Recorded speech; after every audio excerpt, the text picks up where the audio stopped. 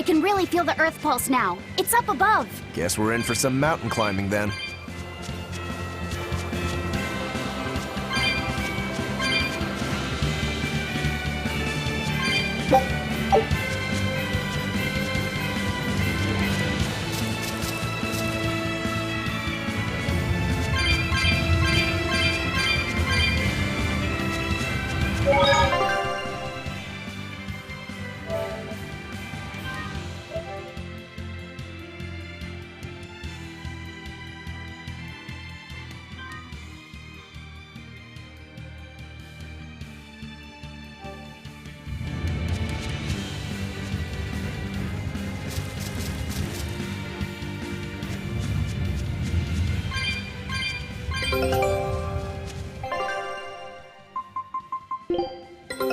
Our scout ship has returned.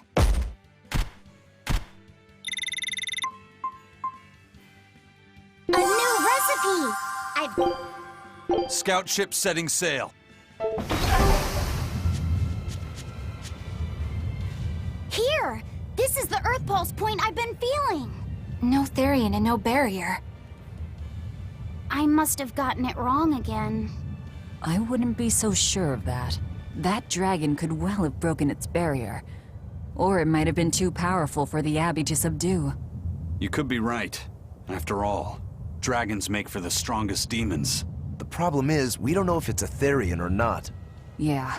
Let's stick with the plan and head to Stonebury to gather more information. Am I the only one here who thinks the real problem is how we're supposed to fight a frickin' dragon?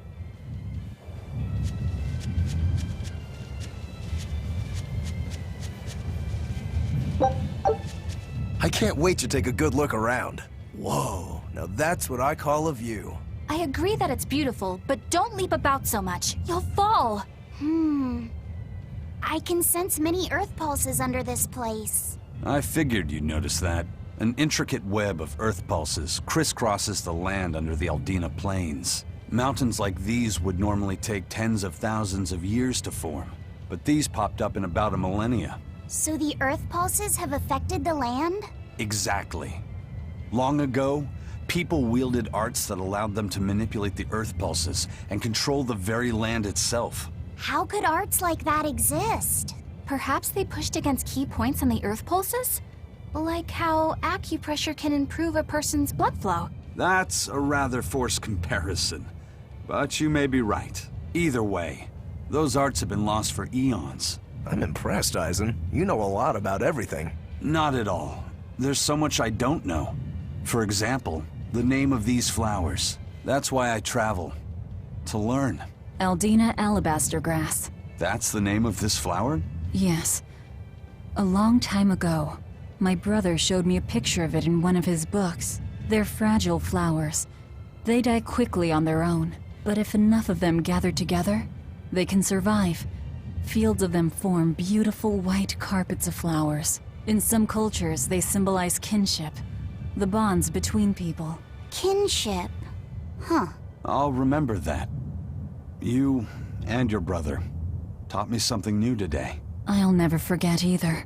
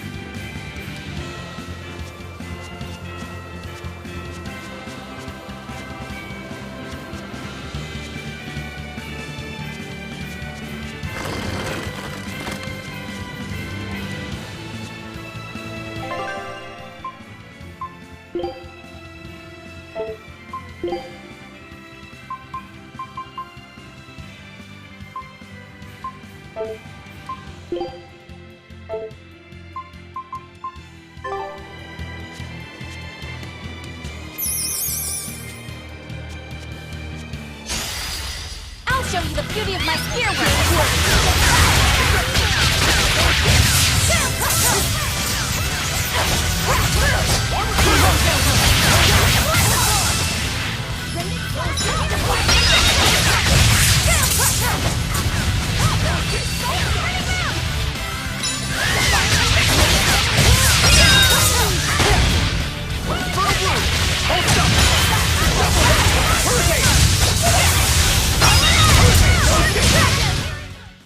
Victory is ours.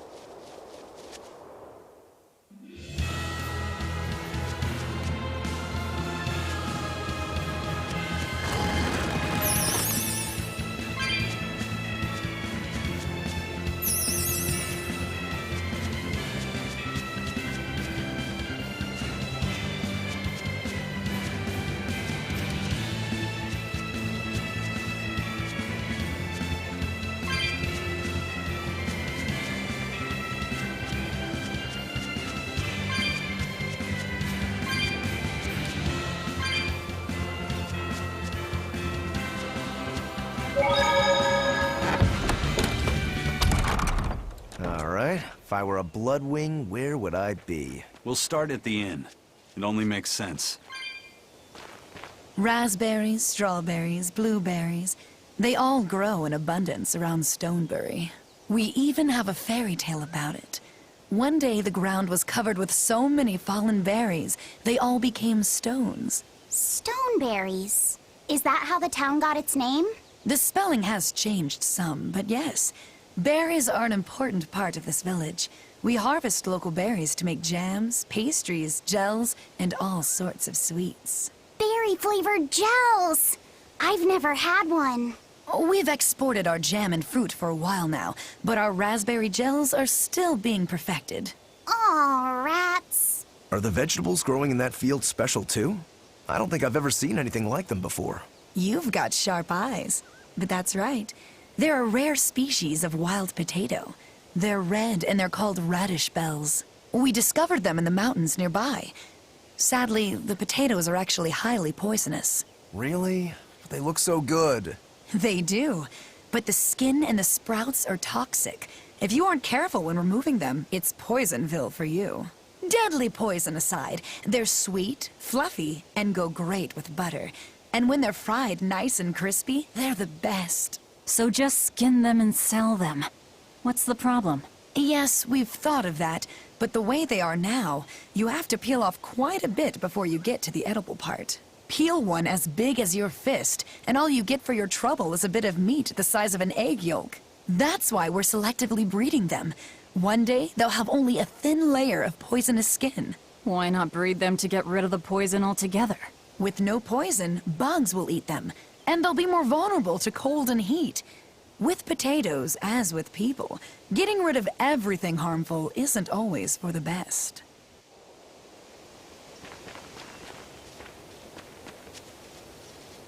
The water around here is ideal for producing wine and spirits. I've been thinking about fermenting something new. What will you make? This region's specialty is berries, so a berry wine? But the chilly air and level of humidity here should be just right for making an amber draft, don't you think? Considering the geography around here, the water must contain a high mineral content. If you use it to make a rice wine, the taste will be unique. I've considered all those options, but I must create something that can surpass my greatest rival, Sleeping Princess. But that's nearly impossible to make. Exactly. Not an easy task, to say the least. Sleeping Princess is made by filling an emerald cask with water from an enchanted mountain spring and sitting it in direct sunlight for 7 years. The water's magic causes it to change color each year. When it reaches the same deep green hue of the cask, it's ready. Solar fermenting, huh? It won't be easy to surpass a marvel of the winemaking world like Sleeping Princess. True, but I've finally found it. The ultimate stone. A gemstone? Will you make a cask from it? That would just make it an imitation. No, what I found can only be called a natural rock filter. You're filtering wine with a rock? Deep in the heart of these mountains, I found a stone that absorbs liquids. I tried using it to filter a berry wine. The taste of it was unbelievably crisp and bright. It preserved the luscious richness of the berries while adding a clarity that left me breathless. I call it pure land wine. There is no better. May I have a taste? My apologies, but it took me 10 years to make a single thimbleful. I drank that thimbleful for my tasting. It'll be about 50 years before I can make a decent batch. I doubt I'll see a full bottle in my lifetime. 50 years, huh? Meet you back here, then? I've never been so glad not to be human.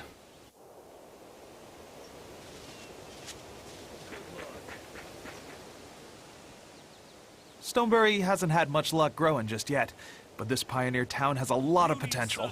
Trees grow well here, and the lumber is of great quality. Oh, we're also close to the quarries, so stone isn't a problem. As long as the demons are contained, this country will rebuild. The need for stone and lumber will soar. Best of all, this area is quiet, has beautiful lakes, and is a perfect place for a craftsman like me to work. And why settle for anything less? I do feel that you might be a bit short-handed here. It's hard to build without manpower. You're right. We need something to attract new settlers. Maybe some sort of specialty item? Is there any fruit or vegetable that can only be found around here? There is a type of potato called the radish bell that we grow, but it's got a few, quirks. If you want to attract people, you should just ring a bell. Come to Stoneberry, where the money grows on trees. A bell tower, huh? That might actually work. We can even use local stones for the bell. The Stoneberry Stone Belfry.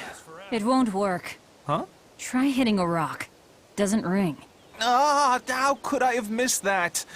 I'm still such a novice. My master taught me better than this. Think before you build. That's what he always said. I need to do better and not sully his name. Go on, take a good look. You need sundries. We got sundries. A deal like this won't last forever. Yay! I found so many blueberries! What are you gonna do with all those? Make jam? I'm going to feed them to my chickens. That way they'll lay eggs with purple yolks. What? You know that won't work, right? It sure will. The color of yolks change depending on what a hen eats. My grandma taught me that. Actually, we always feed our chickens corn. Is that why their yolks are yellow? What are you gonna do with purple eggs anyway? Tourists are coming from the capital again, right? I bet they've never seen purple eggs, so I figure I could sell them for a lot. Maybe I can even make our village famous! You've thought this out. But will they really sell? You know what they'd make, right? Purple fried eggs, purple omelets, purple egg fried rice. Hey, would you want to eat a purple omelet? Strange things sell, right? You don't have to be so mean just 'cause you can't think of a better idea. Oh, sorry. Here, let me help you. Fine. Go catch a whole barrel full of jewel beetles. If we feed them to my chickens, we'll get eggs with yolks like shining jewels. I really wouldn't want to be your chickens, but... okay. What a carefree village. But you know, This is what really makes humanity amazing to me. Attempting the impossible. Reaching for the stars, just as a matter of course. Aye. Though we may stumble countless times on our way, we can achieve anything we put our minds to. Attempting the impossible, huh? That's all well and good, but there are some lines that should never be crossed. Purple eggs. Blech.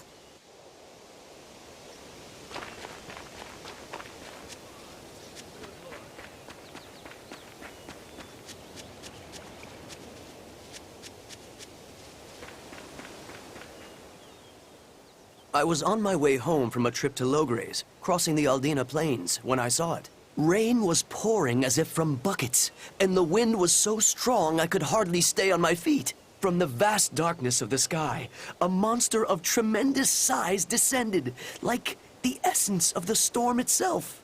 A huge flying demon?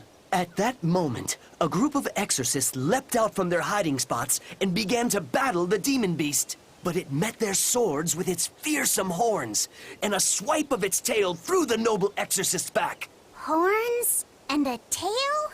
Where did the demon go? I couldn't tell you. I was so frightened, I ran away and never looked back. I hope the Abbey can get rid of it, but the beast took out 3 exorcists with a single blow. Come to think of it, another person was there too. He faced the demon and told it to stop. Zavid. If you're going to the Aldina Plains, you'd better be careful. Go on, take a good look.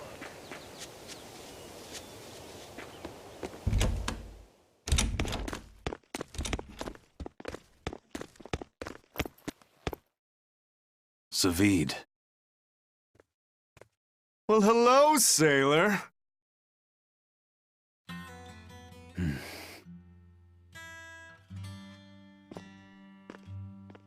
Are you waiting for someone? Nope. Just saying a prayer for someone. Someone? Let's go. Clearly there aren't any bloodwings here. You're just going to leave? I'm right here. Everybody has times they need to be alone.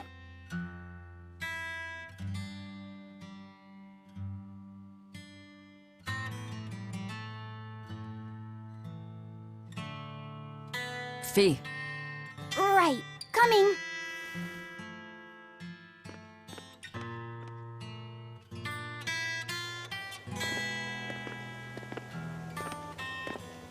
What do you think he was praying about? Well, for one thing, he was drinking a bottle of thorny forest. Oh my. The drink you share with your special someone when you're going to be married for life! How romantic! But getting your hands on that stuff is no small feat. I can only hope I'll get a chance to taste it someday. That must have had an important meaning for Savid. That's why you left him alone. Don't read too much into it. You're Velvet, right? Ah, you must be the one who's seen the demon we're after. We saw a big snake-looking dragon fly over on the way here. Is that what you saw too? Yes, that's the one. It nests at the top of the mountain in Aldina Plains. We went to look ourselves. No dragon. It only returns to its nest on rainy days. Rainy days, you say?